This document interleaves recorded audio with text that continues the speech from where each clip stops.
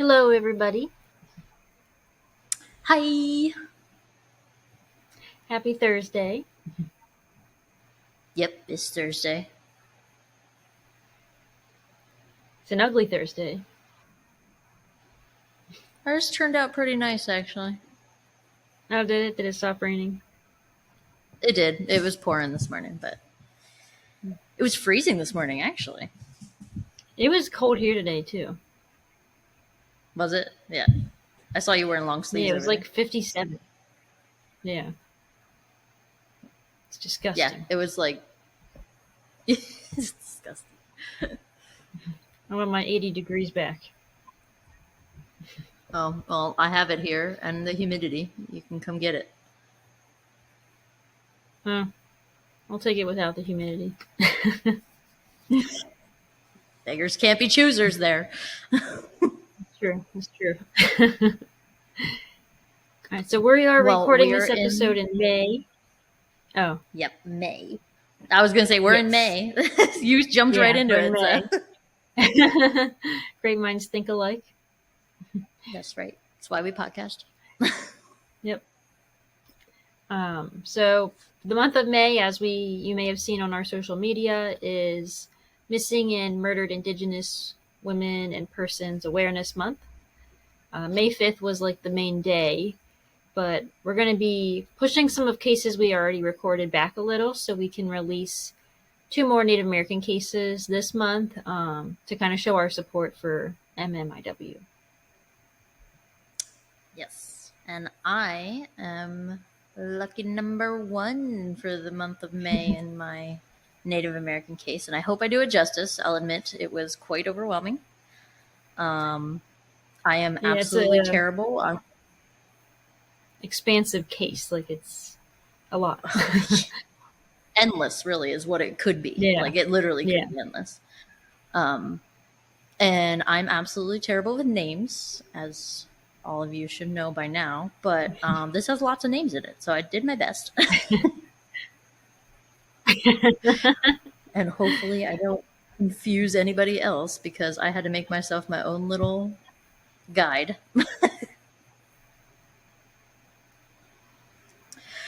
But today I am talking about the Osage Tribe murders. The tribe originated on the East Coast in the Mississippi River valleys. The indigenous name translates to the children of the middle waters, representing their connection to the river system. That's cool. Right. I thought that was pretty. I cannot pronounce their, like, in their native. Yeah. Yeah, I can't, but that's what it means. In 1870, the Osage tribe was forced from their home in Kansas and relocated to Pawshuka, Oklahoma. Stupid white In people. Oh, this gets if that's the whole problem with this whole case. So Yeah, that's the theme of this case. Stupid white people. yeah, yes. In 1897, a massive amount of oil was found on the Osage tribe's new territory that they had just relocated to. And so in the government, the United States Department of the Interior, which is the executive department of the US government that is responsible for the management of federal lands, including Native American territory.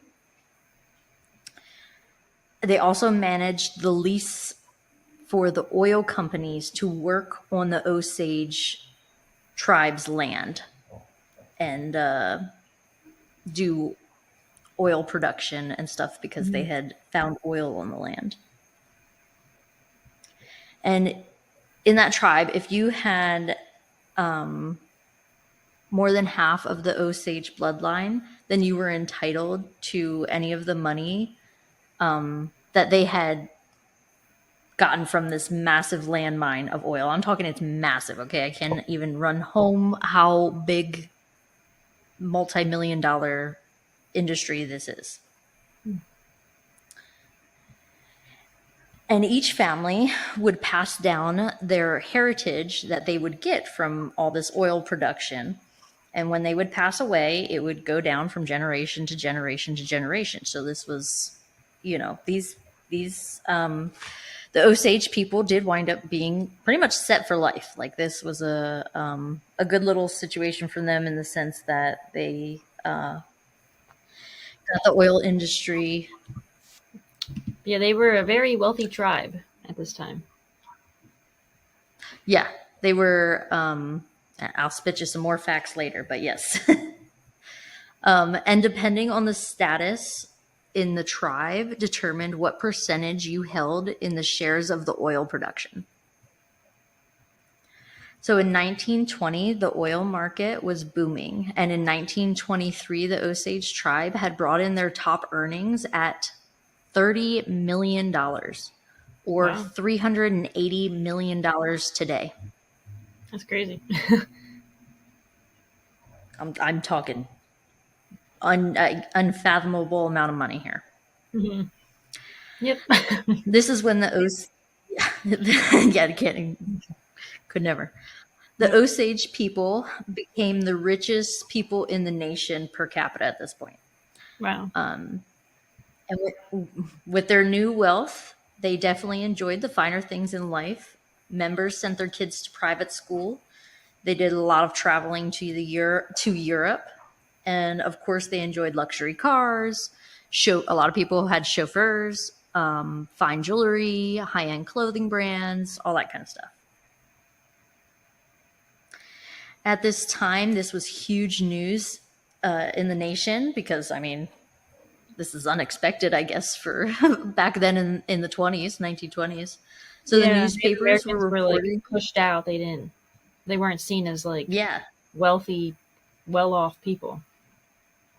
no. And you'll see later how the freaking government decides to act towards these. It's terrible. This is terrible. Yeah, get ready to vomit throughout this book. Right? Yeah. So newspapers were reporting on whatever the Osage members were doing, like constantly, and everybody was keeping up on that. It was kind of like the gossip, I guess, of the nation Yeah. at the time. So, of course, the government could not keep their hands out of other people's business, and in 1921, they passed a law that required court-appointed guardians for anyone who was 50% Osage or more. They believed that the Osage people were too incompetent to manage the Yeah. amount of wealth they had obtained from the oil industry. Yeah. Yeah.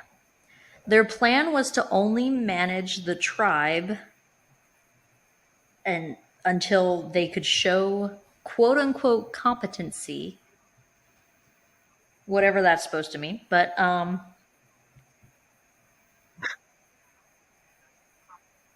Wow. yep, that's how I took Film. it. I mean, what else about them showed you incompetency? So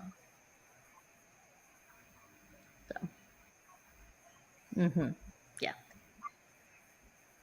no.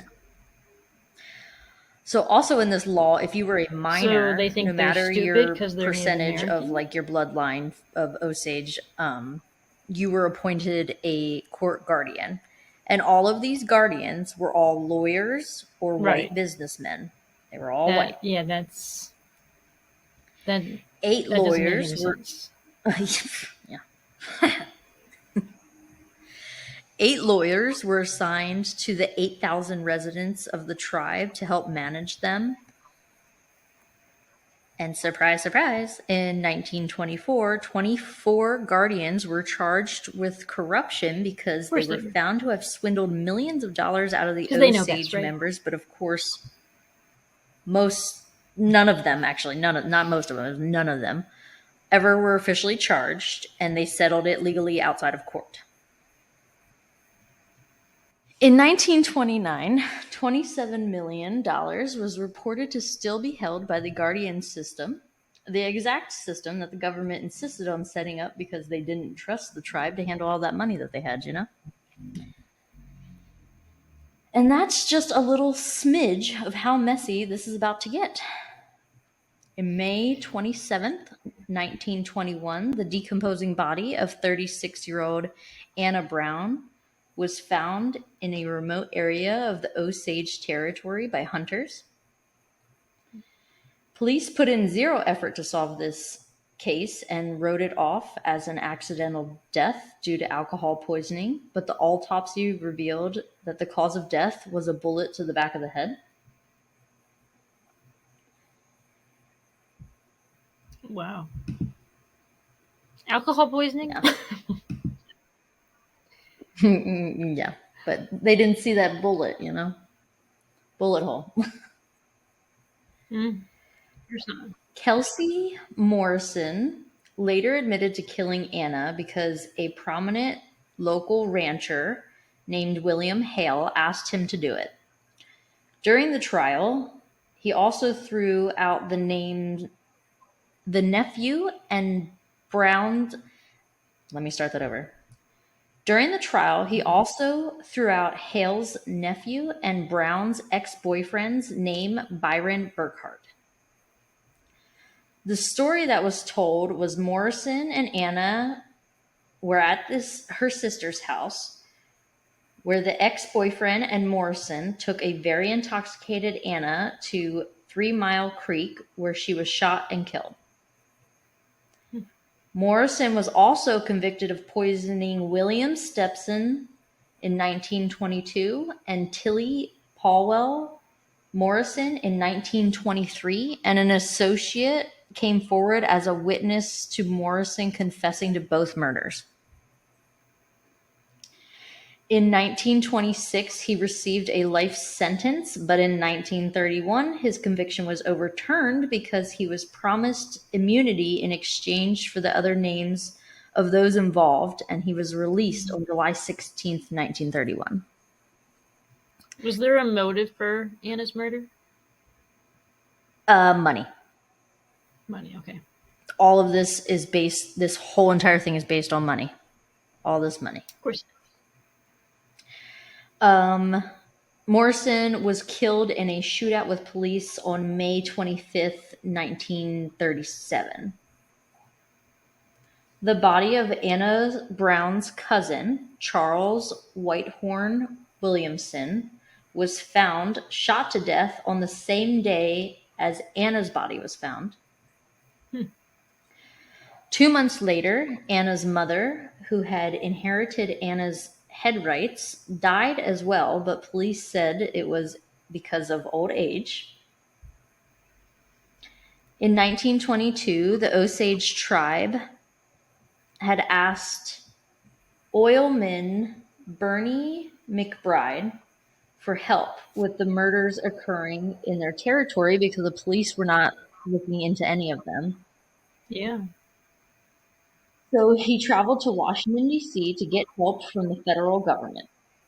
While staying at a boarding house, he received a telegram that said to be careful, but he went out anyway.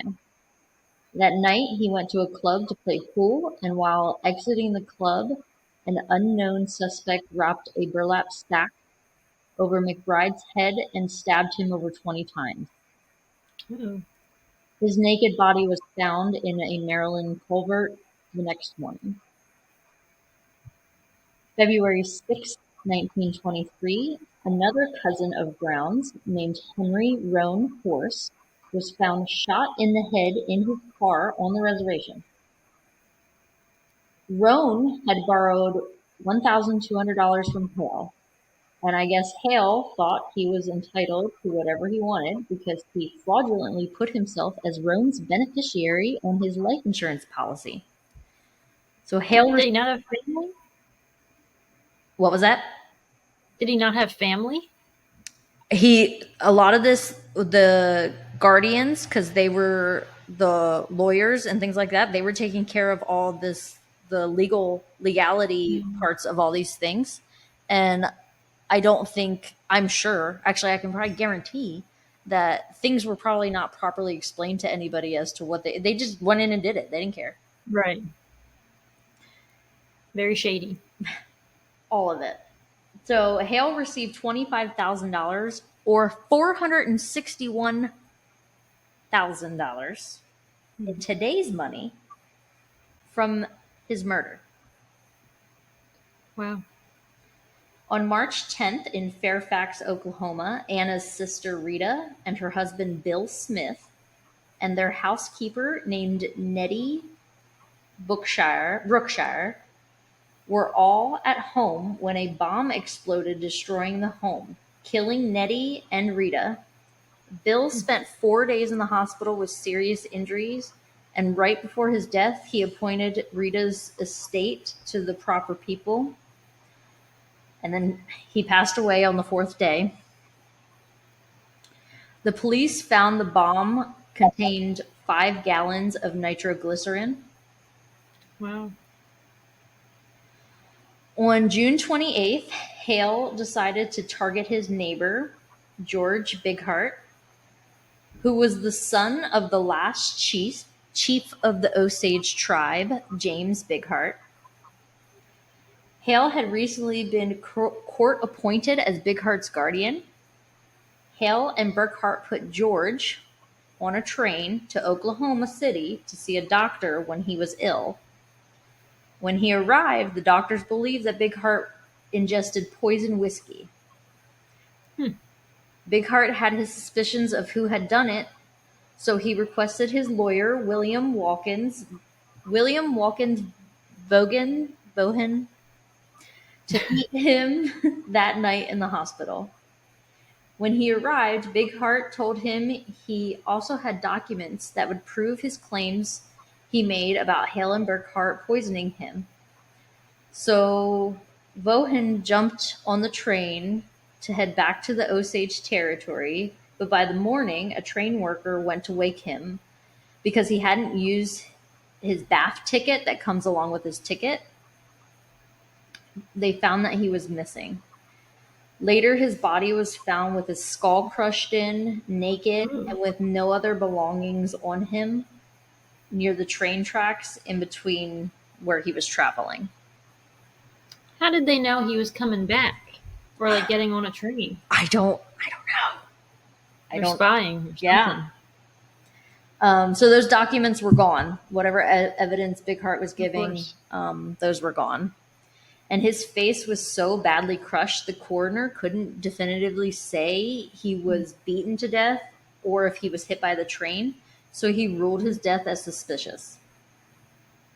Suspicious is right. That same morning, Bighart died in the hospital. Of course he did. So, additionally, 13 other murders of Osage members who had guardians between the years of 1921 and 1923 were reported. And by 1925, 60 or more wealthy Osage members had died and their wealth were inherited to their wealthy white guardians. This is so infuriating. Is it not the most disgusting The thing? fact that this actually happened. Yep, and nobody's doing it. Like, this is all happening and nobody's doing anything. All these murders. And also, they don't talk about this in school. No. We never learned about this. I had no idea about it at all. No. I had no idea until I saw the movie. Yep, and they have a book too. I'm going to reference them later. Yeah. Disgusting. Yeah.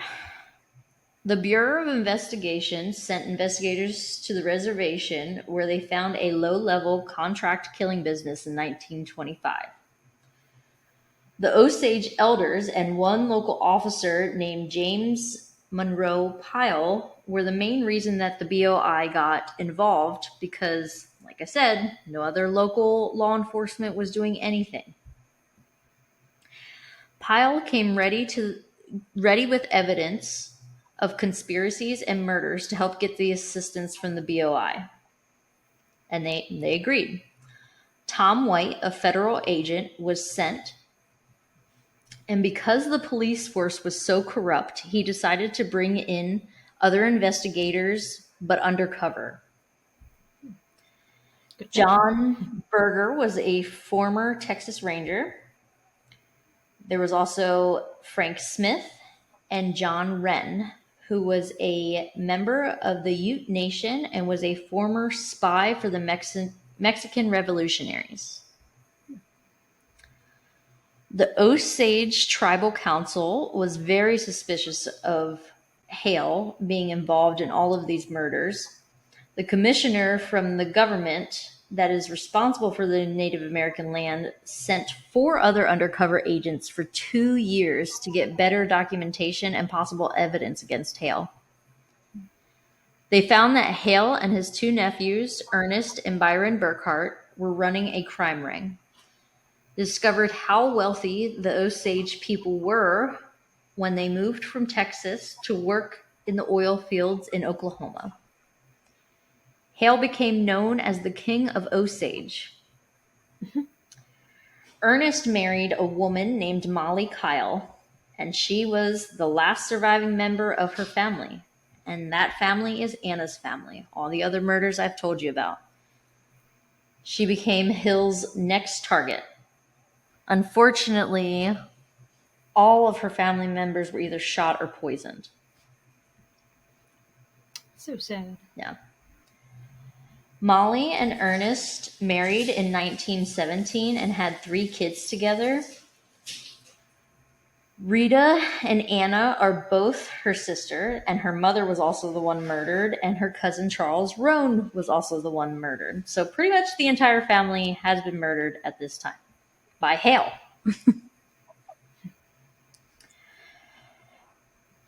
The BOI, running their undercover investigation, more tribe members were being murdered, and specifically anyone who came forward with evidence or was a witness.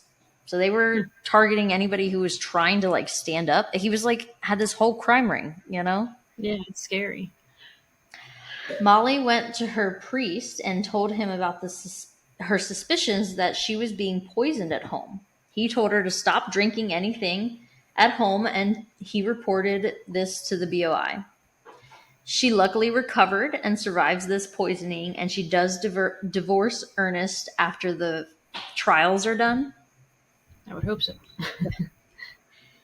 Hale, his nephews, and multiple ranch hands that he had hired were all charged with murders with the murders of Molly's family. A few pieces of shit that helped with these murders had died, unfortunately, before the trials, or fortunately, depending how you look at it, you know. Yeah. So there was a lot of hands in this. Like, he was paying people to do his dirty work. Between 1926 and 1929, Hale and his accomplices appeared in federal and state trials because the crimes on the reservation were federal crimes. Yep. These trials, during these trials, there were definitely challenges, including venue changes, appeals. There was even some hung juries, among lots of other things that was really messing everything up. But we do get a little justice, a little. Yeah. In 1927, William Sheff, one of Hale's corrupt lawyers, was convicted of giving a witness whiskey in an attempt to get her drunk to change her statement. He received 1 year in prison, not for trying to get a woman drunk or anything. It was for a federal liquor charge because, you know, alcohol. Oh, what the heck? Witnesses began coming forward saying Hale was offering them money to sit on the jury and vote for an acquittal.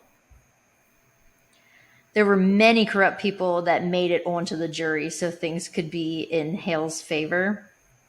Reverend P.C. Hesser was sentenced to 2 years in prison and a $1,000 fine for perjury when he lied on trial. Hale's half-brother, Irvin Claude Hale, was sentenced to 60 days in prison for contempt of court. Days? Days, yes. Days. Ramsey did end up confessing to killing Roan, that was one of Anna's cousin, by shooting him in the head, stating he was offered, are you ready for this? $500 and a new car from Hale to do it. That's all it takes to murder someone? Apparently, $500. Hale, Ernest, and Ramsey got life in prison. However, despite protests from the Osage community, they received parole in 1947. Hale died in 1962. A In majority. prison? No, he got paroled in 1947. Unbelievable. Yeah, they got paroled in 1947. Who was on this parole board? I don't I just know. want to talk, you know? Yeah, let's go. Just want to talk. Just want to talk about it.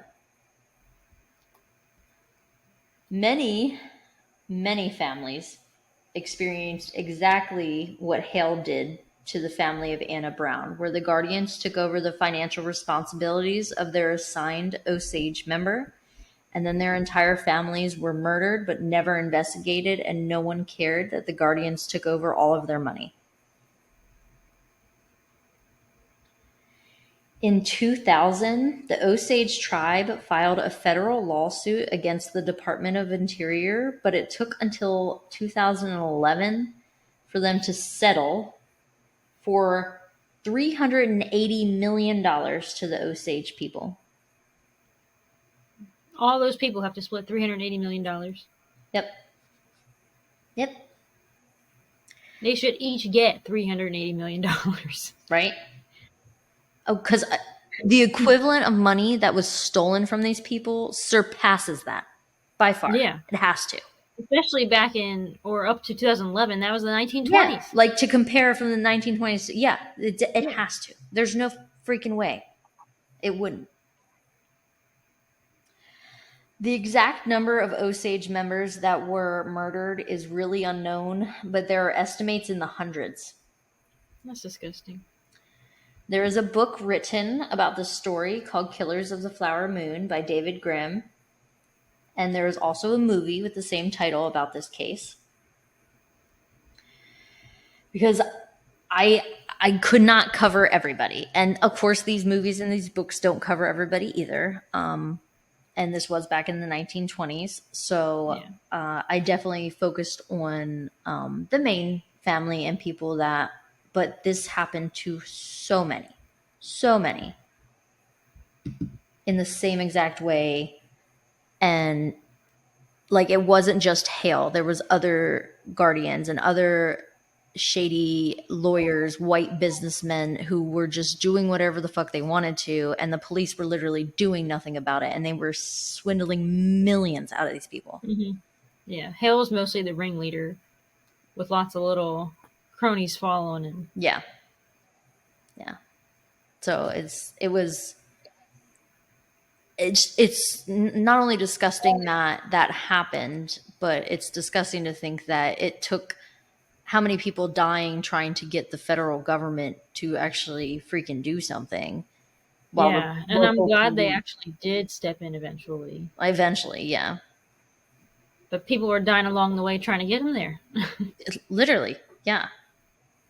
So it's I have it on my list. I would like to watch this movie. I have not watched it, and I also have the It is audio good. book downloaded. I did start it, but I had a busy week and I do love reading my books to get my cases done, but Yeah. I couldn't fit it in this week. So Yeah, the movie's very well done. Leonardo DiCaprio's in it. He plays Ernest. oh, okay, nice. So, well, I hope I did a little bit of justice for this case. Definitely check out the movies or the books. There's tons of information out there. It's crazy that this happened. I had no idea about it. Yeah, I had no idea till I watched that movie, and then because I didn't know it was based on a true. Well, then when it said it was based on true events, I was like, "What?" So I like looked it up, and I was like, "This is insane!" Like, Yeah. Yeah, and there's they were also definitely poisoning people with insulin. yeah, I think Molly was actually the one that did survive. She was diabetic, actually. Yeah, she was, and they were poisoning her insulin. Yeah. Yeah, So just like crazy. so- Hale, you're a piece of shit. I know you're dead, but you're a piece of shit. yeah. I hope you're in endless amounts of torture I in hope so. whatever hell there And is I for hope you. your surviving family is ashamed of you. Yeah. I hope they're ashamed to be related to you. I hope he has no surviving family and his generation just died. Yeah, I hope so too. Hope they all died off. Yeah. Good riddance. Yeah, and all the people other involved, all the other guardians involved, you're all pieces of shit. Yeah. All the ranch hands that took money to kill somebody, piece of crap. Mm-hmm. Yep. Yeah. I hope you're suffering wherever you're at for Yeah. eternity. I hope you had diarrhea for the rest of your life. Yeah, bloody diarrhea Oh, for the God. rest of your life. Oh, God. Well, we'll end you on that note. Yeah. We'll post links to the all the MMIW sites. Well, the main, like a few of them, we'll post to if you want. Again, to get involved in any way, to show your support for all these Indigenous people that are either going missing or being murdered, and no one's caring enough to do anything about it. Yep. So it's disgusting.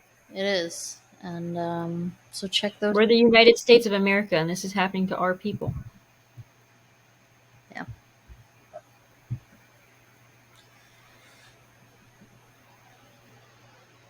Make Like a Shadow and follow us on Facebook, Instagram, and YouTube at Lurking in the Shadows podcast.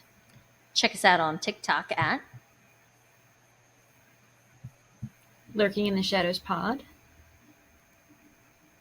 And any cases, comments, or concerns, send us a Gmail at Lurking in the Shadows podcast at gmail.com. And keep lurking around for our next episode. Bye. Bye.